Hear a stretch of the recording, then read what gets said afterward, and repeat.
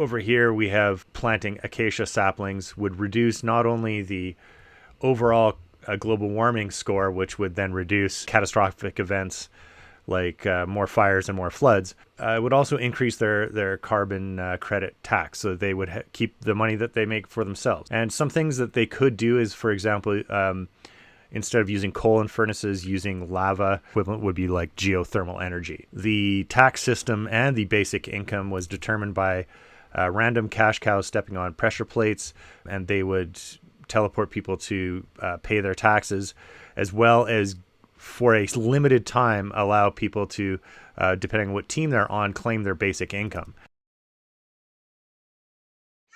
Here's a first draft in Minecraft of Doughnut Economics.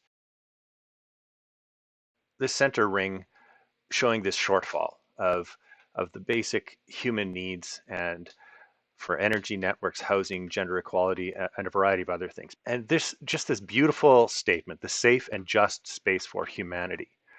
Because we have this ecological ceiling, as we bring people into that just and safe standard of living, there's also the propensity to overconsume and negative effects on our environment, like ozone layer depletion, climate change, and a variety of other things. The red layer, the standard of living increases. But so does our pressure on the environment. So this starts to become accessible to more people, and it starts to expand outwards as we move upwards in time. And then I came up with these two ideas here, which I call kind of the event horizon or the point of inversion. So I just wanted to show that it comes to a single point, and then it starts to invert. And that means that we still have this standard of living with the majority of the population achieving that safe and just space, but the pressure on the ecological ceiling, it starts to diminish because of efficiencies. So this actually starts to go inward, and I tried to represent that with the next layer, which shows this kind of safe and just place continuing, and a much larger area for people with the greenhouse glasses. This ecological ceiling starts to contract, impacting the environment less, while our standard of living is increasing for everyone. Ironically, this is a block of coal. Whoops. A block of coal. I put some barrier blocks there. So then this starts to pull inward with the blue layer, and then the apex is the purple layer. And from a distance, you can see, I was thinking that would look like a vortex or a tornado, just something that was taken from the natural world. But this is still very mathematical and cylindrical. I think I'd want to stagger these circles so that it did actually look like a vortex.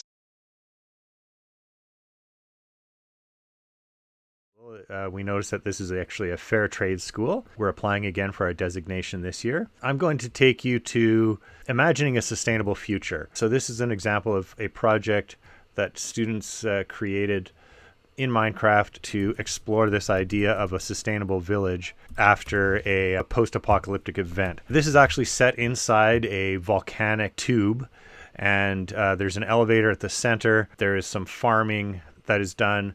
There is a whole system of taking care of people with any kind of sunlight deprivation by giving them vitamin D places on the sides of the walls where they can heal. And it uses hydro energy from the flooding that happens, and they harness that energy, as well as on the surface they have windmills and solar panel farms. This is a working elevator, and the student that built this actually created a functioning system of flooding, and it warns you when the system starts to flood. In this realm, there are a variety of worlds that these students have created. Some of them included some guidebooks about why they would be mixed economies, and then it would teleport you to their world, and they would have an immigration system. It's like any sort of nation. They guide you through a variety of checkpoints. Every system is different. Every world that they create is different in terms of what they value for a citizen and what the requirements are for coming and joining their world. I'm going to see if I can go to the last thing which we're going to look at, which is our school bus.